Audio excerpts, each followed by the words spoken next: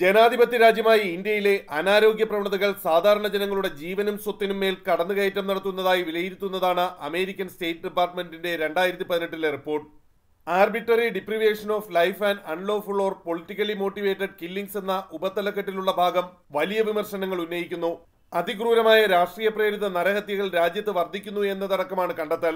സ്ത്രീകൾക്കും കുട്ടികൾക്കും ദുർബല ജനവിഭാഗങ്ങൾക്കുമെതിരായ ആക്രമണങ്ങളും വർദ്ധിക്കുന്നതായി റിപ്പോർട്ട് വിലയിരുത്തുന്നു. പൊതുമേഖലയിൽ അഴിമതിയാണ് രാജ്യത്തെ പ്രധാന കറുപ്പ്. എല്ലാ മേഖലകളിലും കൈക്കൂലിയില്ലാതെ ഒന്നും നടക്കാത്ത വിധം രൂക്ഷമാണ് അവസ്ഥ. രാഷ്ട്രീയക്കാരും ഉദ്യോഗസ്ഥരും ഒരു കൂട്ടായ്മയായി അഴിമതി നടത്തുന്നു.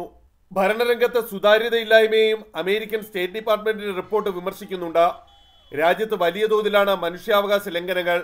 അതേസമയം വികസനത്തിന്റെയും വ്യാവസായികവൽക്കരണത്തിന്റെയും കാര്യത്തിൽ അസൂയാവഹമായ കുതിച്ചുചാട്ടമാണ് ഇന്ത്യ നടത്തുന്നത്. അടിസ്ഥാന വികസന മേഖലയിൽ രാജ്യത്തുണ്ടായിക്കൊണ്ടിരിക്കുന്ന പുരോഗതി അനിതര സാധാരണീയമാണെന്നും സ്റ്റേറ്റ് ഡിപ്പാർട്ട്മെന്റ് റിപ്പോർട്ടിൽ വിശദീകരിക്കുന്നു. പ്രകൃതിക്ഷോഭമടക്കം ഏത് വെല്ലുവിളി ഉണ്ടാകുമ്പോഴും ഒറ്റക്കെട്ടായി മാറുന്ന ഇന്ത്യയിലെ ജനങ്ങളുടെ ശൈലിയെയും റിപ്പോർട്ട് പ്രകീർത്തിക്കുന്നുണ്ട്. 55 പേജുള്ളതാണ് ഇന്നലെ അമേരിക്കൻ സ്റ്റേറ്റ് ഡിപ്പാർട്ട്മെന്റ് പ്രസിദ്ധീകരിച്ച റിപ്പോർട്ട്. ആർ. രാധാകൃഷ്ണൻ, 24, ഡൽഹി.